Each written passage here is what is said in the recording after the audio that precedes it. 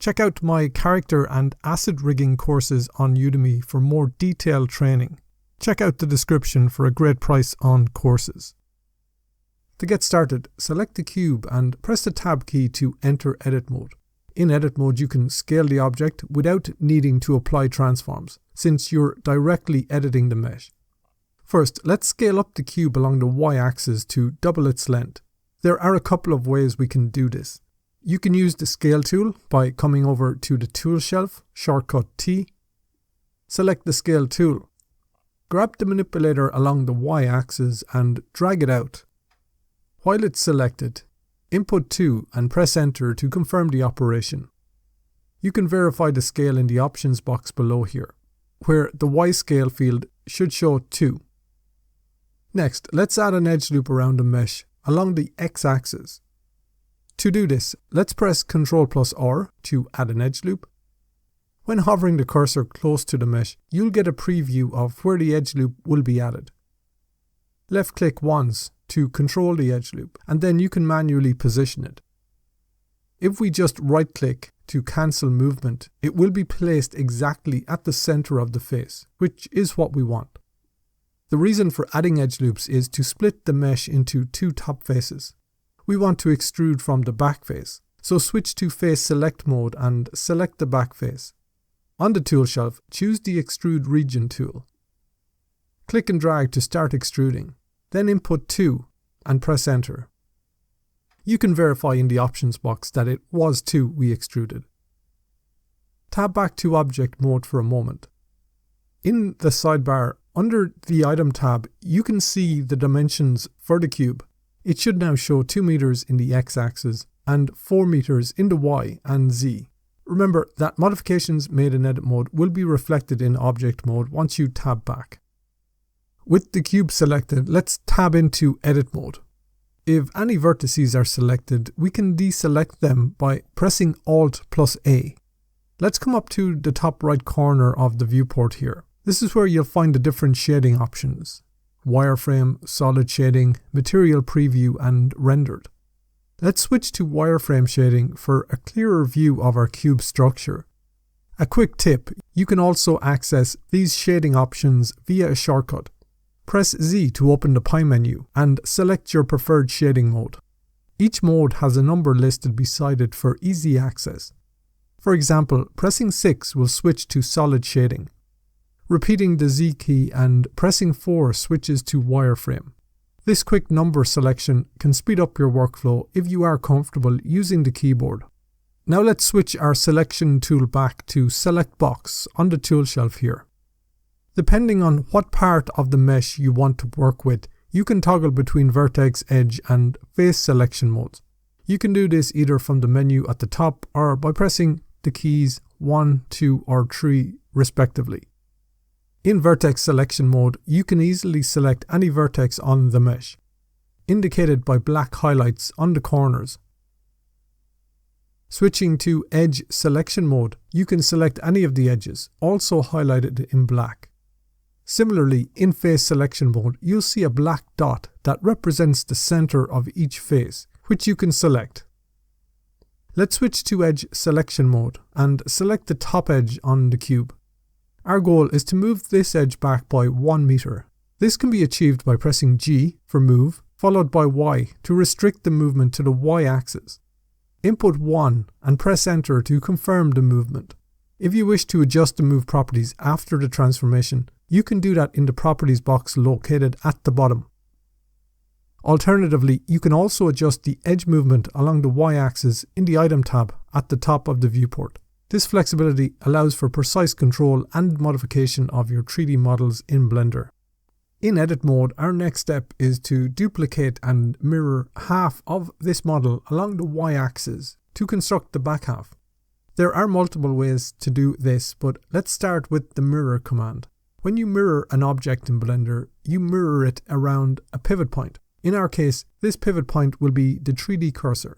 So we first need to position the 3D cursor to serve as the pivot. Select this bottom edge here. Press Shift+S to open the snap menu and then select Cursor to Selected. You can also find the snap menu at the top in the Mesh menu, where you can also choose Cursor to Selected.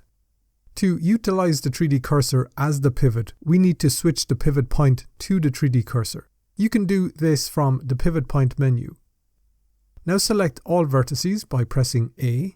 We're going to duplicate these vertices, then mirror the duplicates. To duplicate, you can come to the Mesh menu and select Duplicate. The shortcut for this is Shift+D. As soon as you duplicate, you gain control to position the vertices. But right-clicking will cancel any movement. To mirror the selected vertices, let's return to the Mesh menu, and here you'll find the Mirror command, Interactive Mirror. Let's select that.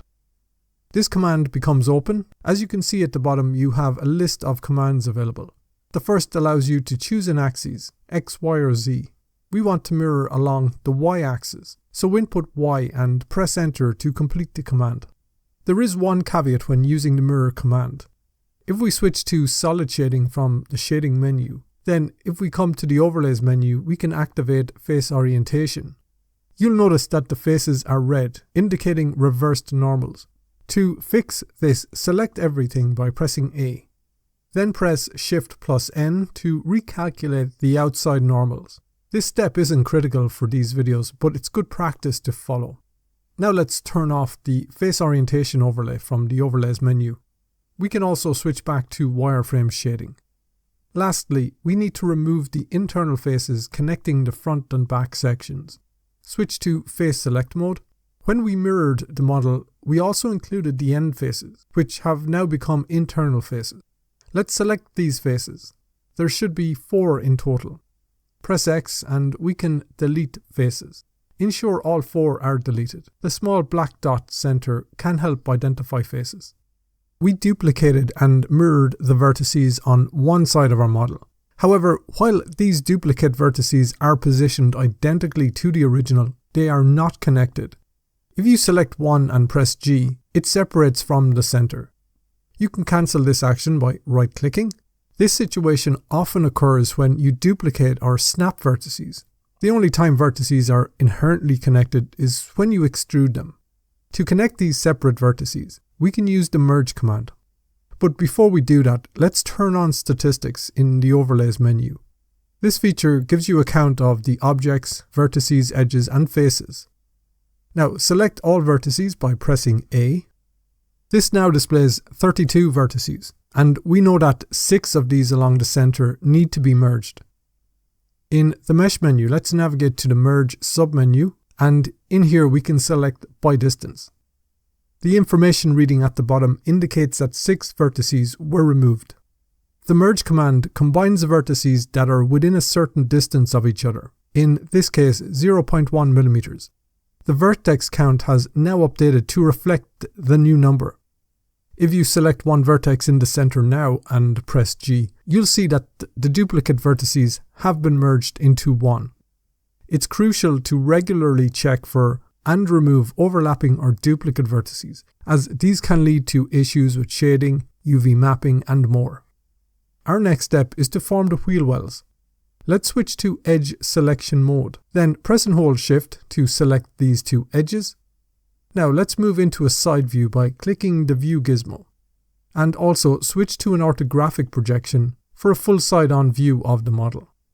The default snap type in the Snap menu is Increment, which allows you to snap in set increments depending on your zoom level. For me, this level is displayed as 10 centimeters. However, note that you won't see your zoom level if you're in a perspective view, so you need to be in an orthographic view for this to be visible. Let's switch the pivot point back to medium point in the pivot menu and activate the move manipulator in the tool shelf. Instead of switching on snap, we can activate it using the control key. If you click and drag on the Z axis and press Ctrl for snap, you'll see that we're snapping in increments of 10 centimeters, as displayed at the top. Above this is the actual distance we're moving the vertices, which in this case is 1 meter. We can position these here. To illustrate how zoom level affects snap distance, if I zoom out to a level of meters, grab this arrow and press Ctrl to activate snap, you'll see it snapping in increments of 1 meter at a time. So remember, your zoom level significantly influences your snap distance. The next step is to add the wheels. But first, we need to set an insertion point for the cylinder object that will form the wheels. Switch to Vertex Selection and select the two bottom vertices on the wheel well. Press Shift+S to open the Snap menu and select Cursor to Selected. Although we could add a cylinder in edit mode of the current object from the Add menu, we want the wheels to be separate objects. So let's switch back to Object mode first. From the Add menu in Mesh, let's add a cylinder. To visualize this better, let's press Z and switch to Solid Shading. We'll need to rotate the cylinder, which we can do in the Rotation Transform field. In this case, we want to rotate the wheel around the Y-axis. The rotation gizmo can be useful for determining the correct axis. Click in the Y field and input 90 to orientate the wheel correctly. We also need to scale down the cylinder a bit. Let's click and drag in the XYZ fields in the Scale Transform section. This lets you input and update all three value fields simultaneously. Input 0.8 here to uniformly scale the cylinder down. Now we want to scale the cylinder along the X-axis to get the right width for the wheel. But when I try to scale on the X-axis, it also squashes the cylinder vertically. The reason for this is that the object has a non-uniform rotation transform. To correctly scale it on the X-axis, press Ctrl+A and apply the rotation. Now if we click and drag on the X field in the Scale Transform section, we can reduce the width of the cylinder. Press the Shift key for smaller increments and reduce this to 0.3. Then press Ctrl+A and apply the scale to solidify these changes. Next, let's focus on refining the shape of our wheel. We can start by isolating the wheel for closer inspection. Press the / key to enter Local View, which is indicated in the top corner of the interface. This view is handy when you want to concentrate on just one object. Now press Tab to enter Edit mode. Switch to Face Select, and we can select the outer face of the wheel. Let's rotate around, and holding Shift, we can select the inner face of the wheel as well. On the tool shelf, select the Inset tool. Left click and drag inward to start insetting the faces. You can input a specific value, but for now let's simply release to finalize the inset. In the inset properties, adjust the thickness value to 0.2. Next, press E to extrude, then right click to cancel movement. Press S, then X and push inwards a little bit. In the scale properties, round the X scale to 0.5. Again, use the Inset tool to create an inset on the outer face. Then in the thickness field, find a value that looks right. A value of 0.5 will work well here. Next, we can switch to the Extrude tool on the tool shelf. Select the outer face, then left click to extrude outward. We can input a value of 0.1 and press Enter. Next, we can navigate to the Modifiers tab, and here we can add modifier and add a subdivision surface modifier. Increase the levels on the modifier to 2. The subdivision surface modifier smooths and refines the appearance of a 3D model by subdividing its faces and edges, which is ideal for creating smooth shapes. To further control the smoothing effect, press Ctrl+R to add an edge loop. Hover over the area where you want to add the edge loop. Then use the mouse wheel to increase the number of edge loops to 2. Left click to confirm. Then right click to exit the tool. Press S, then X and drag outwards slightly to reduce the rounding of the corners. Press Ctrl+R again to add an edge loop within the wheel. Left click and push inward. Then left click again to confirm. Switch to Face Select and select the outer face. Switch back to the Insert tool and make a small inset. Inset once more. Then press M and select Merge at Center. This combines the vertices to one at center. Finally, add an edge loop inside the wheel by pressing Ctrl+R. Push this inward to add more shape to the wheel. Now let's add some materials to the different parts of the wheel. But first, the cap of the wheel needs a little edit to help define the transition from the hub. To help with that, in the Modifiers tab, on the Subdivision Surface modifier, enable this on cage setting. That way we get a better preview of the effect of the modifier without the overlay. Let's add an edge loop now. Press Ctrl+R and left click, then push in and add a little definition here. Head over to the Materials tab now. Start by clicking New to add a new material. Then in the name field, let's rename this tire. Press Enter to finalize. In the base color option, click the color swatch and darken it towards a black color. If you hover the cursor over the color field, we can press Ctrl+C to copy that value. This will be useful in a moment. We can preview the colors in the viewport, so let's scroll down towards the bottom of the Material tab. Look for the viewport display area. Click and drag it right to the top for easy access. Now expand it. Hover the cursor over the color field and press Ctrl+V to paste in the color value we just copied. This gives us a viewport representation of the color. Instead of having to switch to rendered or material preview, you can stay in solid shading and preview materials in the scene. Let's switch to face select mode. If we press and hold Alt, then left click, we can select these internal faces of the tire. Rotate the view to the opposite side. Press and hold Shift and Alt select the corresponding faces here. Then press Ctrl plus Numpad plus to expand the selection by one face. Back on the Material tab, click the plus icon to add a second material slot for the rims.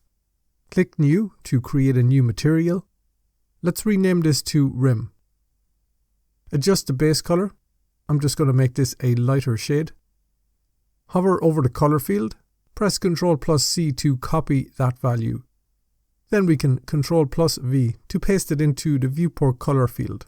You'll notice that the color hasn't changed yet. This is because we need to assign this new material to the selected faces. Click the Assign button and the material gets applied to the selected faces. Finally, we can add a material to the center cap on the wheel. Let's drag and select the front faces on the hub. Press Ctrl plus Numpad plus twice to expand the selection. Over in the Material tab, add a new material slot. Then create a new material. Rename this to Cap. Adjust the base color to a dark shade. Then scroll down further and increase the metallic slider to 1, giving it a metallic material appearance. Hover over the base color field, press Ctrl+C to copy the color value. Then paste it into the viewport display color field using Ctrl+V.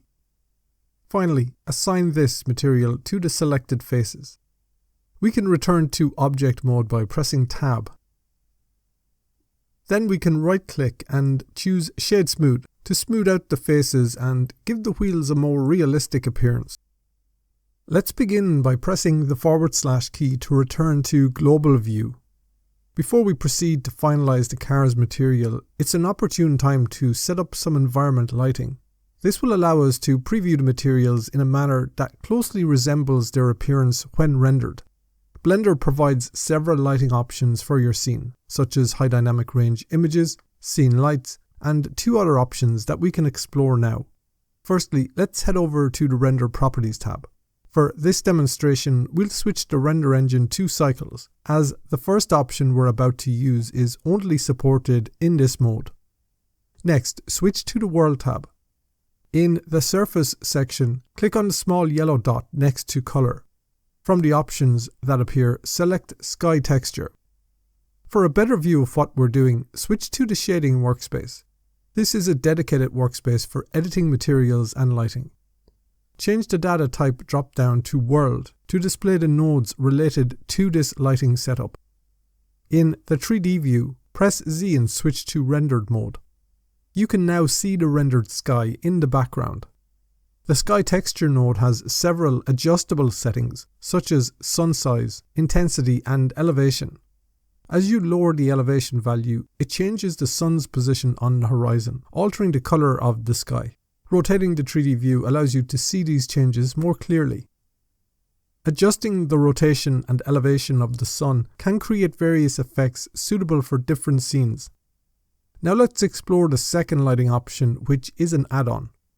Head over to Edit and open Preferences. In the Add-ons section, search for Dynamic. Then enable the Dynamic Sky add-on. Additional information about the add-on can be found in the documentation link provided.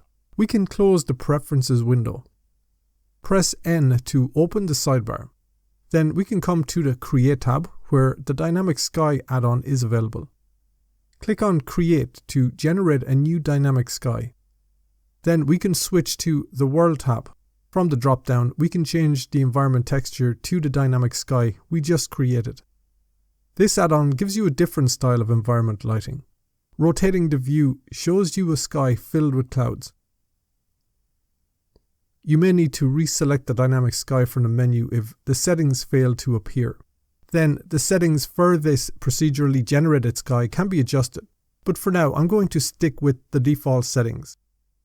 Let's begin by returning to the Layout tab. We can click the camera button to switch to the camera view. From there, open the View tab and tick on the Lock Camera to Selected checkbox. This allows us to navigate within the camera view, so we can adjust our view of the car. Once you're happy with the framing, you can untick the checkbox to lock the camera in position. If you try to rotate the view now, you will simply exit the camera view. Click the camera button again to return to it. Now let's switch to the material preview to preview the material. Ensure that the car is selected and navigate to the Materials tab. If you don't already have a material on this car, then click New to create a new material. Let's rename this material to Car. Moving down to the base color, let's change it to a rich red color. We can also adjust more material settings to enhance its look. For instance, reduce the roughness value to 0.2 to increase the shininess of the material. After setting the base color, hover over it and press Ctrl+C to copy the color value. Scroll down to the Viewport Display section and press Ctrl+V to paste the copied color value. Next, we'll add a glass material to the car. To do this, switch to Edit mode. Hold Alt and select all the upper faces where the glass will be placed. Once you have selected all the appropriate faces, press I to create an inset. The initial inset is connected, but if you press I again, it will switch to individual faces. Set the inset to 0.2 and create a frame for the glass. With these faces still selected, head over to the Material tab. We can click the plus icon to add a second material slot. Click New to create a new material and rename this material to Glass. Click the Assign button to apply this material to the selected faces. Next, click on the button next to the Surface field and switch from the default BSDF shader to a dedicated glass shader. Change the color to an off black. Copy this color Ctrl+C and paste it Ctrl+V into the Viewport Display color field. Now switch back to Object mode. At this stage, the edges of the car may appear too sharp. To address this, let's come to the Modifiers tab and add a bevel modifier. Adjust the amount and maybe reduce it first. If we increase the segments to 6, it's then possible to give the edges a nice rounding, mitigating the sharpness. We can right-click on the car now and shade smooth. We'll begin by setting up drivers that will make the wheels rotate as the car moves forward. Start by selecting the car and press F2 to rename it as car for easier identification. The updated name will also reflect in the outliner. Next, select the wheels. Then open the Item tab. In the X rotation field, we can right-click and choose Add Driver. This will open the driver properties. If you happen to move the cursor away, the window will disappear. Simply right-click again and choose Edit Driver. In the Expression field, we can remove back to VAR, then add multiplied by -1. For the object, we can click in here and find and select car. For the type, we can choose the Y location. Now, when the car moves forward, the wheels will rotate accordingly. However, it might be hard to see if the wheels are rotating. To make it more obvious, we'll add details to the wheels. Select the wheels and switch into Edit mode. Hold Alt and select the rim of the wheels. Then from the select menu, we can use checker deselect to deselect every other face. Press E to extrude these faces out slightly. We can tab back to object mode. Now when we select and press G to move the car, it's easier to see the wheel rotating. Next, we want the wheel to actually move along with the car. The easiest way to do this is by parenting both objects to an empty. Select the car and switch to edit mode. Switch to edge selection mode. Select the bottom center edge of the car. Then press Shift+S and choose cursor to selected. Then switch back to object mode. From the add menu, we can come down and from empty, add an empty plane axis. An empty is a point in space which can control the transforms of other objects. To parent the car and wheels to the empty, first select the wheel. Then press and hold Shift and select the car. And finally the empty. The order of selection matters here, so make sure the empty is selected last. Press Ctrl+P and choose Object Keep Transform from the parent menu. Now, if you select the empty and move it, both objects will move together. To duplicate these wheels, one of the easiest ways is to use a mirror modifier. Move to the Modifiers tab and add a mirror modifier. Move it to the top of the stack as we want to apply it soon, and modifiers need to be applied in order, top down. Right now, it's not doing anything because the origin of the wheel needs to be set at the center of the car. Luckily, the 3D cursor is at the center. So with the cursor at this point, right-click and choose Origin to 3D Cursor from the Set Origin menu. As you do this, the wheel will update on the other side along the X-axis. Also, enable the Y-axis to mirror the wheels to the back of the car. Now select the empty. Press G, Y, and the wheels will rotate from their origin point. We need to separate these wheels into individual objects and set their locations back to their centers. We can start by applying the mirror modifier. So over here from the drop down, apply the modifier and make the geometry permanent. Then switch to edit mode. Press A to select all, then press P to separate by loose parts. This separates each wheel into an individual object. Let's tab back to object mode. Next, set the origin of each wheel back to its center. Right click and choose Origin to Geometry. This will place the origin at the center of the geometry. Now we can use the shortcut Shift+R to repeat the last operation for the remaining wheels. Finally, if you select the empty and move it along the Y-axis, all wheels will follow and rotate correctly. Next, we can create the roadway. Let's use the view manipulator to come into a side view. Zoom in to a level of 10 centimeters. That way we can press G, Z, press and hold Ctrl and snap up along until the wheels are sitting on the green line here. Let's put the cursor back to world origin. To do this, press Shift+S and choose cursor to world origin. Then from the add menu in mesh, let's add a plane. Let's scale it up. So press S, input 10 and enter. Before we edit this, let's apply that scale. So press Ctrl+A and apply scale. Now let's tab into edit mode. We can press Ctrl+R to add an edge loop. We want this running along the Y-axis. Use the mouse wheel to increase the number to 2. Then we can left click and right click to center it. Then press S, X, and we can scale these out on the sides. These are going to help form grass verges. Let's add another 2 edge loops. So press Ctrl+R, roll the mouse wheel, left click and right click. Then we can scale this in to be the center line on the road. So press S and scale. So now let's switch to face select and select the 2 outside faces. In the material tab, let's click new to create a new material. This one will be the roadway. So let's rename this to road. Then we can add a second material slot. Create a new material. Let's rename this to grass. Then let's add a third material slot. Create a new material. Let's rename this line marking. If we select the grass, we can give this a dark green color. Use Ctrl+C to copy that color.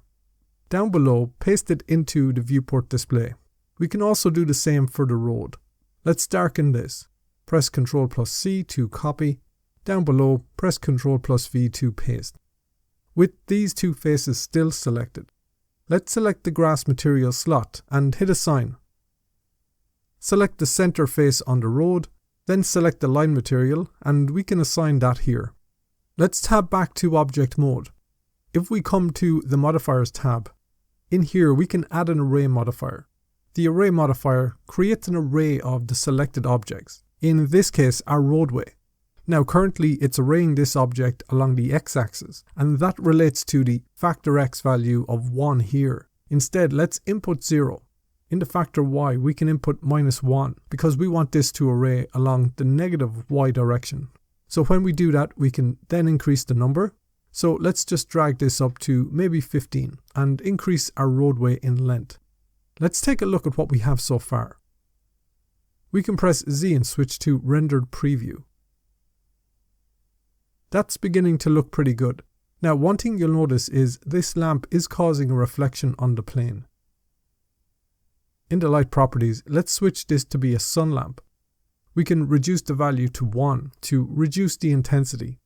Then in the scene, let's press G, Z and drag it up out of the way. Our next task is to animate the car moving along the road, which will be captured by the scene camera, as well as an additional camera that we'll set up shortly. Let's commence by adjusting our first camera to capture the car as it starts to move. For this, we'll have the camera rotate around, keeping the car in frame. Let's switch into the camera view. We can move to the view menu and check on Lock Camera to View. This will allow us to adjust the camera and frame up the car for the desired starting position. Once framed, we can deselect Lock Camera to View. Now, with the camera selected, we can add a keyframe to store its current location and rotation data by pressing I and choosing Location and Rotation. A small yellow dot on the timeline signifies that this keyframe has been added to frame 1. Drag this up to make a little bit more space. The empty object controlling the car also needs a keyframe added at the beginning and end. Select the empty.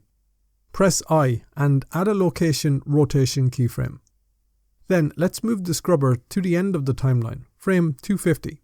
This animation can be any length, but let's work with 250 for the moment. Next, let's exit camera view. Press G, Y and drag the car to the end of the road. Press I again to store these transform values. Now, when you press the spacebar, the car moves from the start to the end of the road. Return the scrubber back to the beginning. Let's actually come up to the Layout tab and we can right-click and duplicate layout. We can double-click and rename this Double. This way we have one viewport in camera view and the other to manipulate the objects in the scene. So let's come up and hover the cursor on the top right here. Left-click and drag to create a second viewport. We can jump into camera view in the left side viewport. Let's make some space and close the tool and sidebars with the shortcuts T and N. Let's come into a top view in the right side 3D view. In the timeline, let's drag the scrubber along to frame 50. We can hover the cursor in the viewport, then press R to rotate the camera around to frame up the car at this location.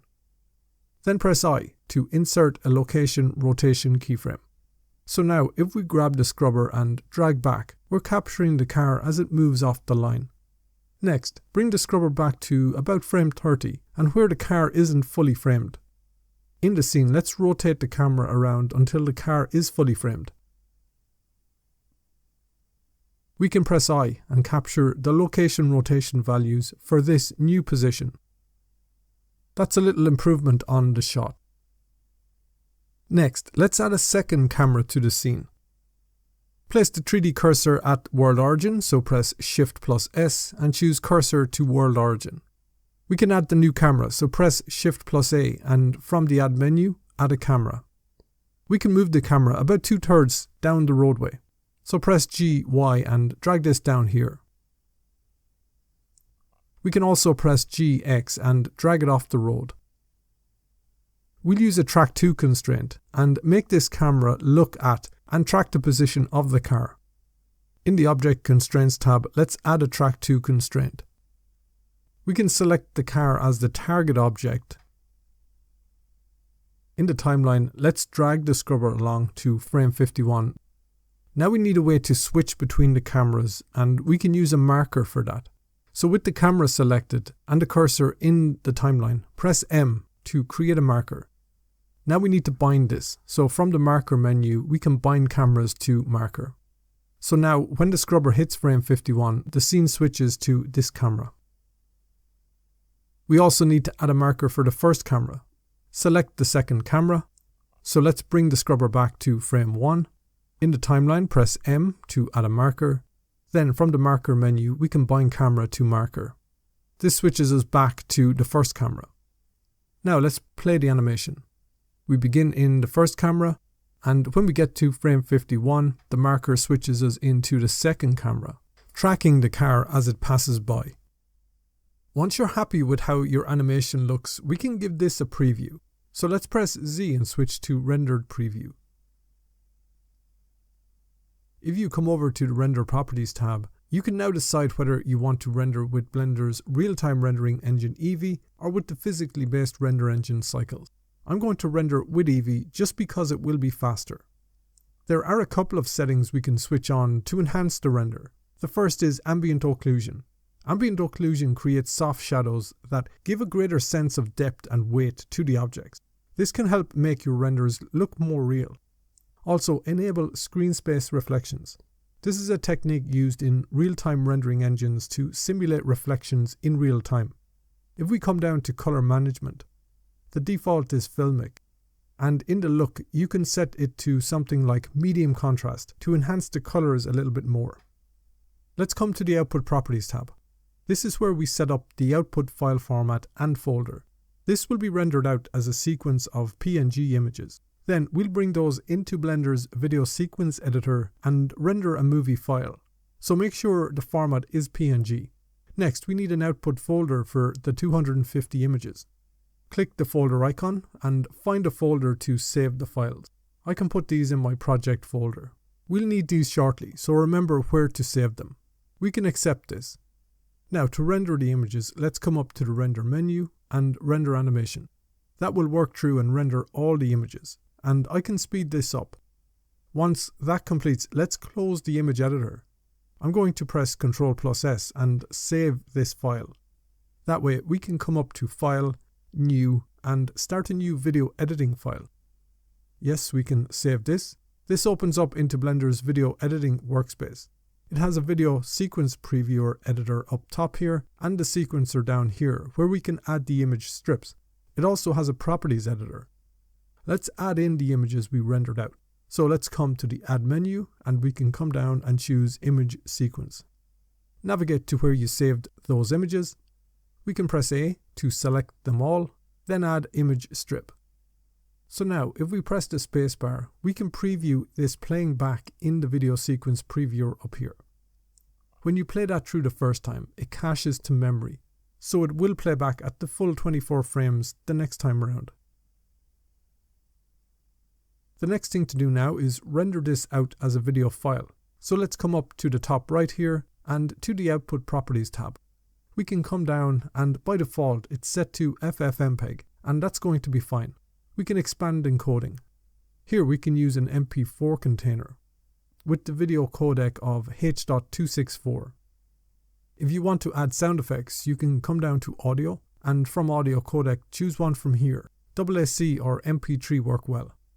If you are adding sound files, you can come to the Add menu and just add in your sound files from here, then arrange them to suit the video.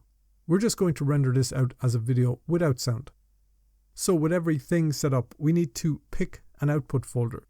So let's just select the folder icon, navigate to where you're going to save this video file out.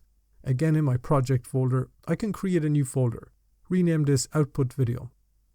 Then double click inside. Now accept this. Then to render the animation, let's come down to the Render menu and Render Animation. That will run through and render out a video file, and I can speed this up. When that completes, I'm going to double click my video off screen. This starts playing in VLC, which is a free open source media player available to download for free. Hopefully that was a helpful introduction series to Blender editing and some of the other tools you'll find within the application.